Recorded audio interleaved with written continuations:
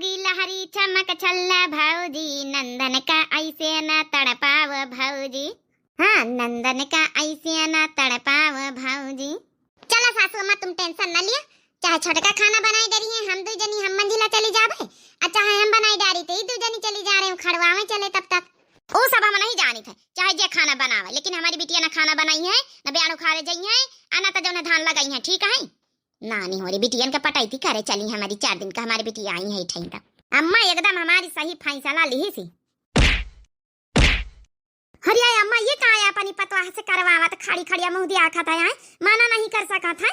देख हमारी पकाड़े कड़े सब गिराए दिन पकौड़ा है, देख ले कई बिटिया में का ढुसुम ढुसुम मारी रही।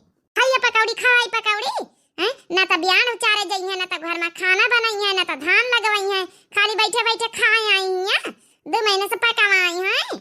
अरे कट्टोगी लहरी चमक छल्ला नंद, भौजिन का ऐसे न तड़पाव नंद, भौजिन का ऐसे